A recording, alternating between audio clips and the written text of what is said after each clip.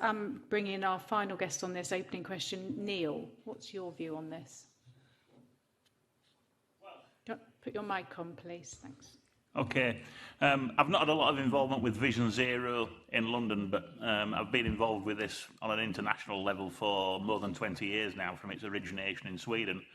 And whilst I think it's absolutely fine in theory, I think if it's pursued dogmatically to the exclusion of all else, it's bound to fail, because there is a certain element of danger in life which you can't get away from, and it's multifaceted.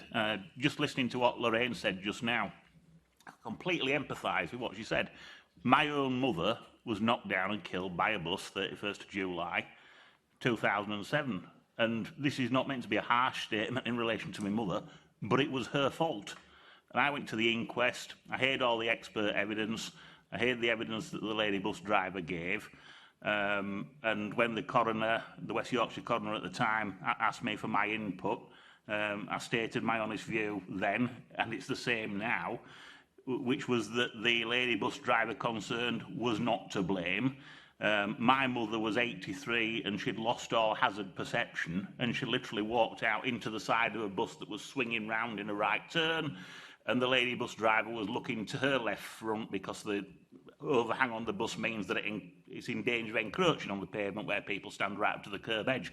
So I think it's a completely wrong thing to assume that every time a pedestrian or a cyclist or even a motorcyclist is killed, somebody else has to be at some kind of criminal fault.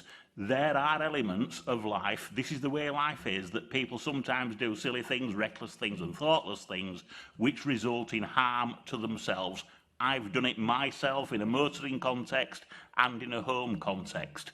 And, you know, whereas there are some people around this table who I know are not going to want to hear this, I speak about the world as I find it and as I experience it, and not according to any political dogma.